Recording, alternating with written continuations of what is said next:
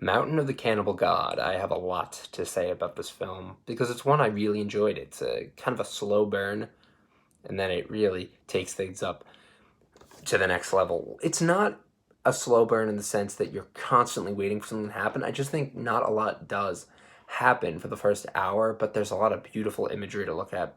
You're following Ursula Andress, a character who's supposed to be her brother, another character who's a guide, played by Stacy Keach, and they are traveling through the wilderness, a jungle, trying to locate the woman's lost husband, I think. Yeah.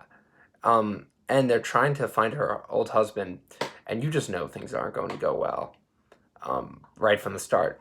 This is a really lush, good-looking movie. That's one of the reasons I chose to review it, is because it just looks fantastic.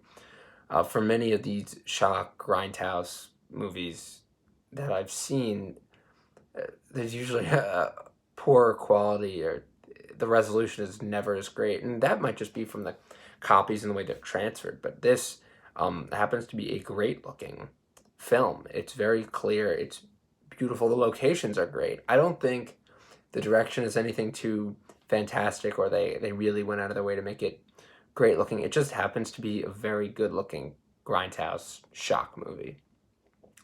And I'm saying shock, so let's talk about that last 30 minutes, which are crazy, but in a very good way. I think this really goes over the top, but it doesn't dwell on any of the cruelty or the craziness. It just has this kind of final 20 minutes of insanity, and then it slows down again, but it really feels justified. It doesn't feel like they're hammering it all on, because it's a slow build. You're consistently and constantly waiting, and you know that they're going to get somewhere. They're going to either find her husband, or they have to reach some point where they stop and they say, all right, we did not reach our goal, or we did. And it finally gets to a point where you get to the cannibals and you get to the scene that you've been waiting for, and it really delivers, and it isn't as grotesque or dwelling on this as it could be. It really just could be a lot more violent and disgusting, and it is, but